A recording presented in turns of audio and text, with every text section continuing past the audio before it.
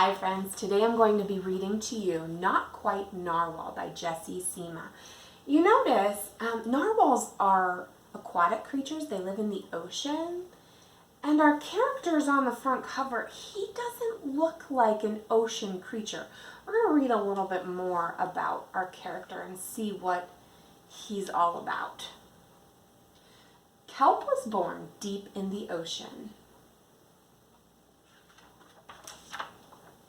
He knew early on that he was different from the other narwhals. His tusk wasn't as long as everyone else's. He had different tastes in food, and he wasn't a very good swimmer.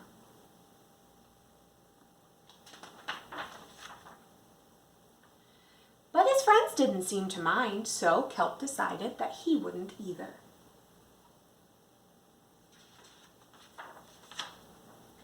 That is, until he was swept away by a strong current. I wish I were a better swimmer. Kelp found himself at the surface, closer to land than he'd ever been before. High up on a cliff, he spotted a mysterious, sparkling creature. It looked so familiar. It looked like kelp.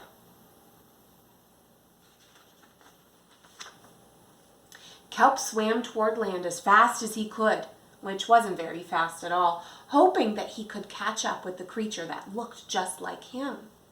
When he finally reached the shore, Kelp felt a little bit anxious. He had never left the ocean. He was nervous about walking for the first time, but the land creatures made it look so easy. It wasn't. Oof.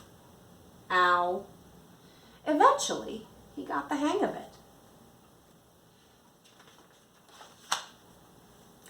Everything on land was strange and beautiful, but also kind of scary. Kelp began to think he might never find the creature that looked just like him. But as he stumbled out of the forest, land narwhals! Actually, we're unicorns, and by the looks of it, so are you.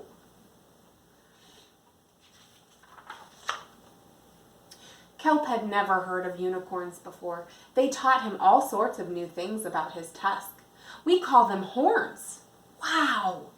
They introduced him to unicorn delicacies, and they showed him how to gallop. There was no doubt that Kelp was, in fact, a unicorn. He was having so much fun that he didn't want to leave. But then he remembered all of his friends under the sea. Kelp missed them terribly, so he said goodbye to the unicorns and returned to the ocean. Come back soon!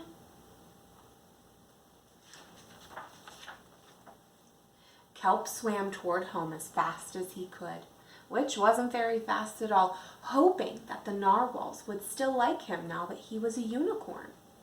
When he finally arrived, Kelp had butterflies in his stomach. Welcome home, Kelp!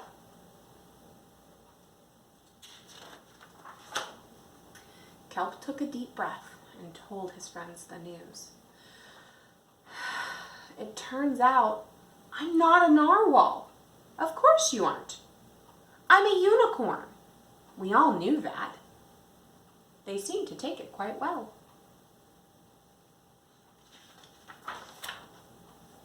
Kelp was happy to be home, but now that he'd experienced life on land with the unicorns, he couldn't seem to forget them. Did he want to be a land narwhal with the unicorns? Or a sea unicorn with the narwhals?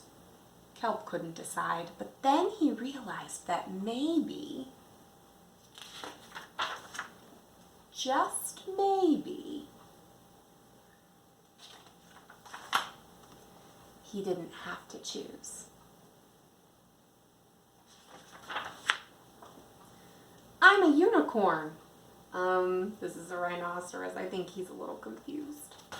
Once again, boys and girls, that was Not Quite Narwhal, another one of my very favorite stories. I know you hear me say that a lot. I love the book so much that I read to you. All right, friends, I'll see you soon. Bye.